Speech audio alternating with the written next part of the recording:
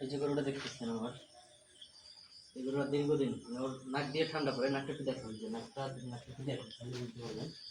এই যে নাক দিয়ে ঠান্ডা পড়তেছে আর একটু কাশও।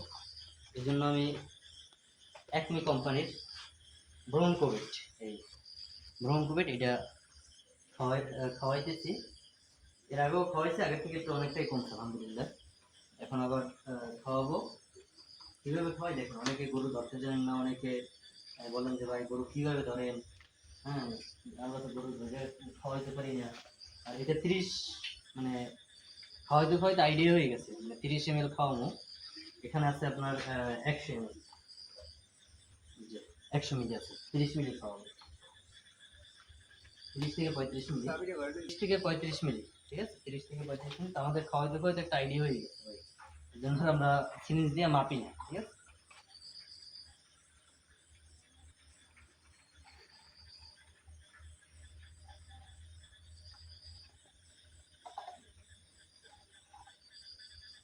অ্যাকশন। এইভাবে ধরবেন।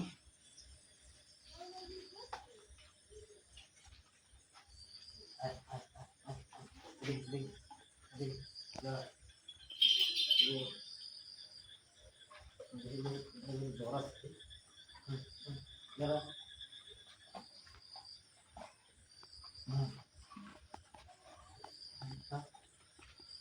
দেখছেন, এভাবে ধরবেন আর খাওয়াই দেবেন, শেষ, বাস।